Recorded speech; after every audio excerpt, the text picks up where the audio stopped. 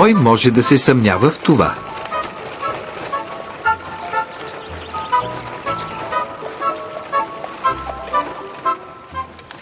Разказвал съм ви толкова много приказки, но запитвали ли сте се откъде всъщност идват те? Приказката, която ще ви разкажа днес, е история за друга история и за това как се е появила тя. Всичко е съвсем просто. Разбирате ли, историите могат да се правят и от най-дребното нещо. Добре, дами, време е за лягане. Хайде, по-живо! Да. Последният е запъртък! Схванахте ли? Запъртък! Той се смята за много забавен.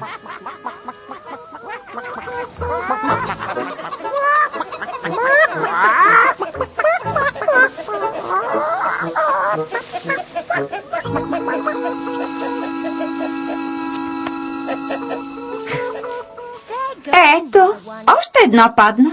Колко странно. С всяко отскубнато перо ставам все по-красива. Какво каза тя? Някоя горе си скубе перата, за да бъде красива? Но това е нечувано. Нима, тя няма капка срам? Луси, събуди се. Да не е дошъл пак Великден. Не мога. Не, О, за Бога, Гърти, какво се е случило? трябва да ти кажа нещо отвратително. Какво е то? Казвай бързо. Ами, няма да споменавам имена, но ти сигурно ще се досетиш. Готови ли сте за приказката за лека нощ? Всички ли са легнали? Тихо! Една от кокошките е готова да си оскубе всички пера, само за да изглежда по-добре. Знаеш за кого? За Петела. Оле! Казвам ти, ако бях на негово място, на мястото на Петела, за мен това би било нечувано, скандално. Какво има, скъпа? Какво става? Чули какво каза кокошката? Аз я чух със собствените си уши. И ако не бяха ми служили така безупречно досега, бих се усъмнила в тях. Добре, какво толкова необикновенно си чула? Очевидно, една от кокошките е полудяла. Полудяла? Точно така полудяла. И как така? Толкова се е самозабравила, че оскубала всичките си пера. Само за да може Петелът да я види съвсем гола. За Бога, Марта, не пред децата. Те не бива да чуват такива неща. Да, разбира се, съжалявам. Но тази новина е толкова вълнуваща. Трябва да я разкажа на някого. Няма да се бавя.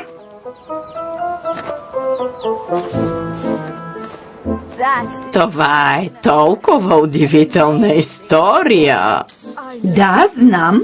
Направо да не повярваш.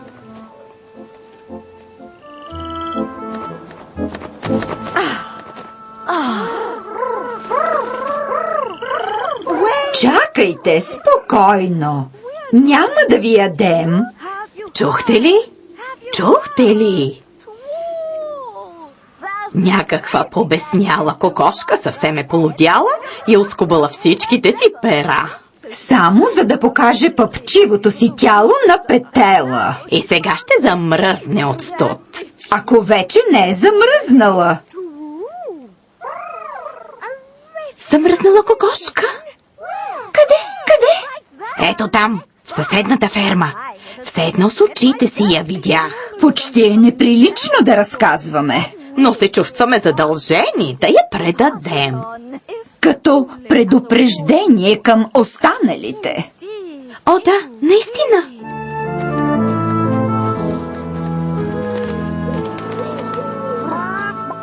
Ей, кокошки, непременно трябва да чуете това. Чух, че две кокошки оскубали всичките си пера, само за да привлекат вниманието на Петела. Да? И какво от това? Ами, ако се замислите, това е много опасно, защото лесно можете да настинете и да умрете. О, нима? Да, ето защо те и двете сега умират. И всичко това заради някакъв глупав Петел. Това вече звучи като сериозна новина.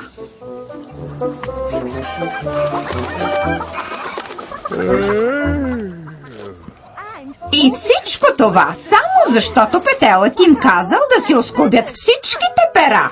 Това е трагично, скандално. Това е невероятно. Веднага трябва да се направи нещо. Кукуриго! Събудете се! Събудете се! Току-що се случи нещо невероятно. 5 кокошки, влюбени в един и същи Петел, си оскубали всичките пера, за да го впечатлят. И сега са се разболели от ужасна болест. И всичко това само защото са искали да впечатлят един Петел. Това е една ужасна история, но не бива да се пази в тайна. Вървете и я разкажете. Да се разкаже. Да се разкаже? Да се разкаже? Да се разкаже. Чакайте, какво е направил Петелът? Цяла нощ историята се разпространявала като пожар и с всяко следващо разказване се променяла. Мяу, чули за онази шантава история за кокошки? Какво за тях? Очевидно, 10 кокошки са побеснели и са оскубали всичките си пера. О, готови оскубани кокошки. Да, знам. Лигите ми потекоха. И още как. Но знаеш ли защо са го направили? Очевидно са искали да впечатлят Петела. Казвал съм го и пак ще го повторя. Кокошките са странни птици. А може би са искали да приличат повече на нас? Като нас ли? Може пък да не са толкова странни в края на краищата. И тогава всички кокошки, вероятно над 30, всички отишли при Петела. И после какво? Ами поискали да узнаят коя от тях ще предпочете той. Обаче знаеш ли какво направил Петелът? Какво, кажи ми? Петелът се обърнал към тях и... И тогава Петелът казал: оценявам жеста, но не ще се избера сред вас невеста. Защо? Защото предпочитам моите кокошки да са с пера.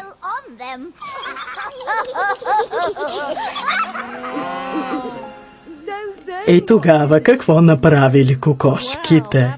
Това вече е съвсем друга история. Кокошките започнали да скубят всичките си пера. Не думай. Каква удивителна история! Знам, направо невероятна. По-невероятна и от предишната.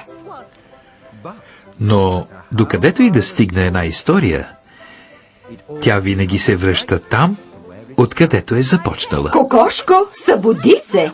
Какво? Какво има? Трябва да ти разкажа нещо удивително. Почакай, аз също имам да ти разкажа нещо. Тук има една кокошка, която смята да оскубе всичките си пера. Само това е нищо, почакай да чуеш само. О! Събудете се всички! Случи се нещо удивително! 96 кокошки са оскубали всичките си пера, за да впечатлят петела. А после, когато той им обърнал гребен, те напуснали засрамени града. И сега има 96 кокошки, не, над 100 са и са чисто голи. Какъв срам! Горките им роднини! Горките те! Дори Ема, която започнала всичко с дребната си забележка, не разпознала собствената си история. Каква удивителна история! И що за липса на всякакъв морал? Да, историята си я бива. Наистина е възмутително. Чудя се дали е истина. Трябва да е истина. И всички трябва да я чуят като предупреждение. Ще се погрижа това да стигне до всички вестници из цялата страна. Това е историята. Как една история се превръща в история. И както е написано тук черно на бяло, кой може да се съмнява в това?